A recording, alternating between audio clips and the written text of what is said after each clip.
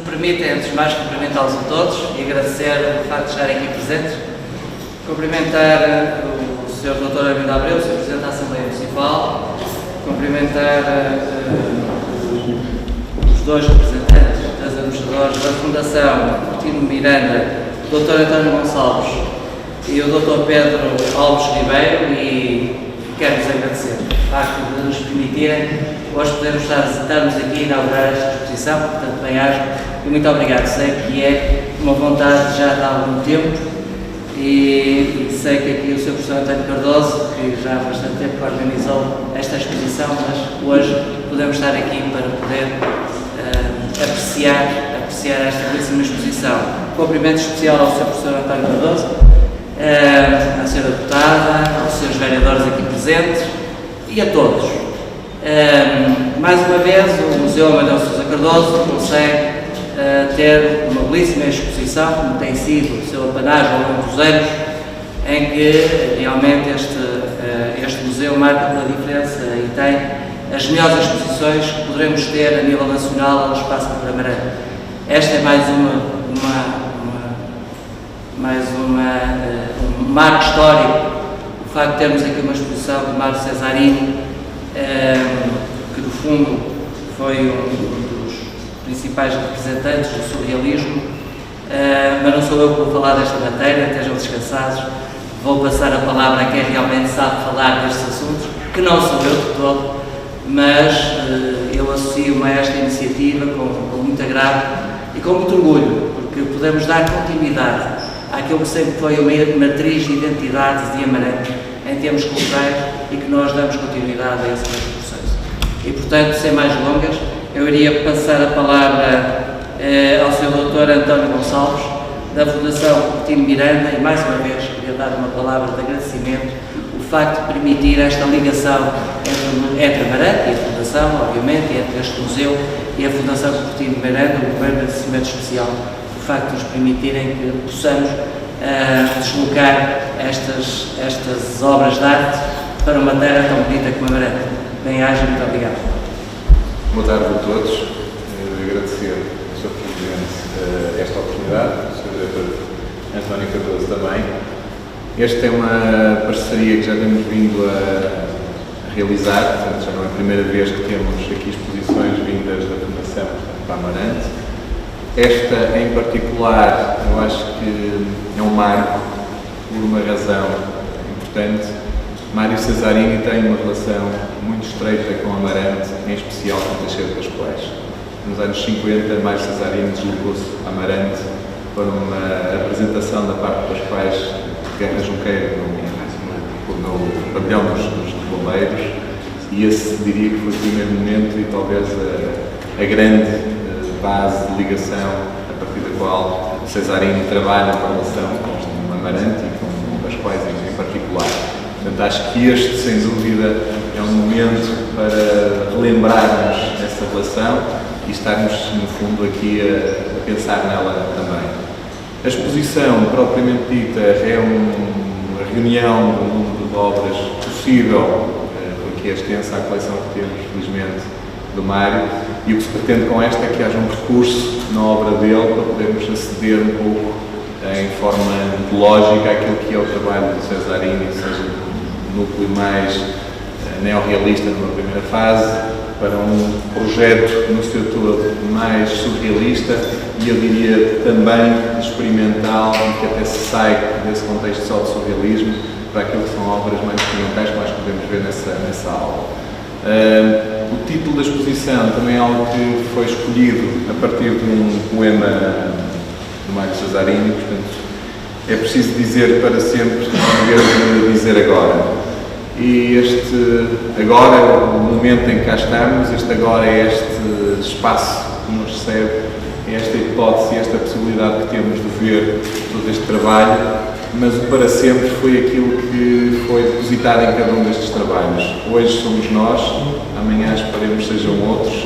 O que é que nós podemos realmente fazer para tornar este para sempre numa verdade a partir daquilo que podemos fazer agora? E eu acho que o que se procura com as exposições é poder fruir desses momentos, desses agoras da parte de cada um dos autores, dessas experiências, daquilo que foram os rasgos de experiência a cada momento. Estamos a falar de um período e de um momento importante do contexto da arte em Portugal, o surrealismo, que foi esse universo e essa experiência, a audácia de um autor como Mário Cesarini a fazer este trabalho à época. E eu saliento, por exemplo, o que é aquela colagem, e quando virem a data e olharem bem para ela, vão perceber, do ponto de vista político, o que era aquele general de Gaulle nesse período e nesse momento, e portanto, o que era essa liberdade, essa audácia e liberdade para poder fazer o trabalho daqueles. E portanto, toda esta experiência, no fundo, é a possibilidade que temos de pensar, afinal, o que é este construir de um trabalho artístico, o que é este realizar de uma obra, para que hoje possamos refletir sobre ela, possamos pensar sobre ela e o que é que ela nos ajuda a pensar nesse amanhã e nesse para sempre. Portanto, se depois houver mais alguma pergunta que queiram, sem querer aprender muito, estou cá para fazê-la e fruir da exposição. Passo a palavra ao professor António Cardoso e obrigado. Então, muito obrigado por terem vindo. Fico sempre satisfeito por ver pessoas interessadas nestes problemas a ver com a história da arte e disciplinas afins, mas sobretudo neste caso muito me apraz ver aqui uma exposição do Cesarini, que é uma figura central do surrealismo português, muito focado também em alguns aspectos de um surrealismo dito mais amplo. O surrealismo é muito interessante porque, no fim de contas, ele supõe várias motivações, vários contextos inclusivamente marcados por momentos, digamos, de grande rigor, muitas vezes de grande turbulência, marcados inclusivamente por um fenómeno que não é vulgar, ou que é vulgar, mesmo nos nossos dias, marcado fundamentalmente pela guerra e por todos os envolvimentos que ela supõe. O surrealismo, como o seu próprio nome diz, supõe que a palavra realismo supõe a ideia de um super realismo. Não podemos estar, digamos, muito atidos exatamente ao próprio prefixo, porque a ideia deste surrealismo ou superrealismo quer supor exatamente que, para além do realismo, há coisas que o ultrapassam. Quem é que ultrapassa o surrealismo? Perdão, quem é que ultrapassa o surrealismo? É, inclusivamente, um realismo inconsciente de base freudiana. Freud, neste caso, é muito importante. Os contextos em que estas coisas acontecem, o contexto em que o surrealismo aparece em Portugal e aparece noutras dimensões, não é? Com Miró em Espanha, ou o próprio Picasso, com o Salvador Dalí, etc., supõe sempre conceitos e contextos muito fortes. Muitas vezes já adivinhados em anteriores situações, mas, digamos, empolgados por determinados contextos. Era por isso que eu dizia que, por exemplo, o surrealismo supõe precisamente a vontade freudiana.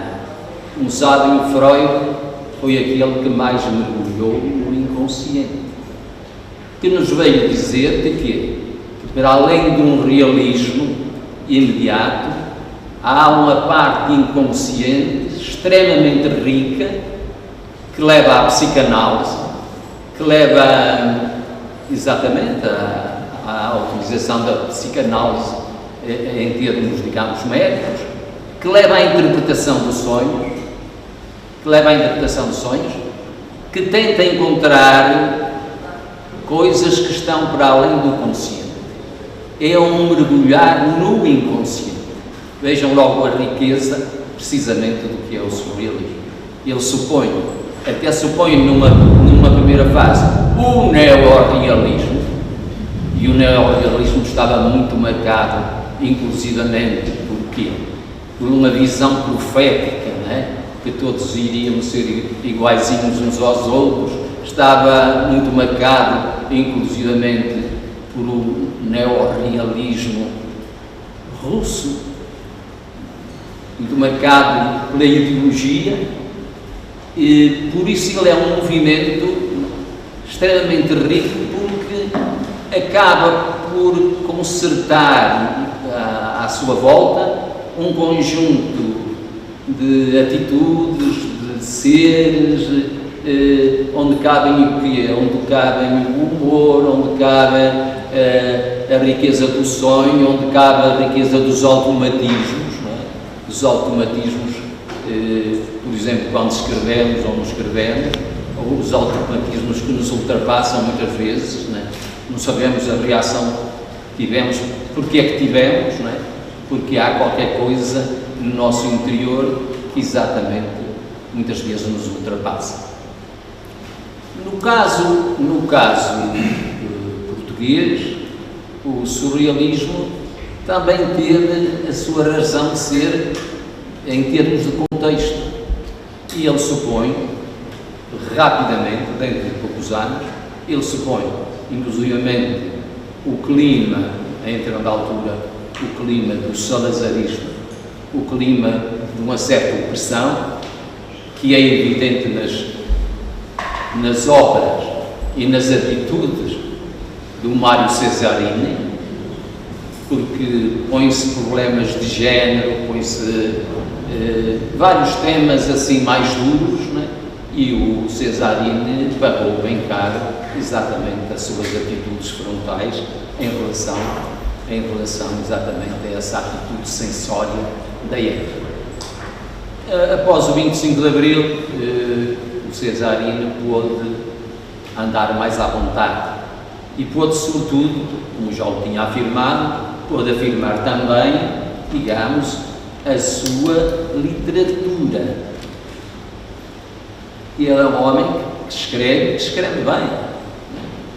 O surrealismo não é apenas o ato pictórico em si. O surrealismo supõe também, digamos, o ato literário. Supõe inclusivamente, não é muito lugar entre nós, mas supõe inclusivamente o aprofundamento em termos de teatro.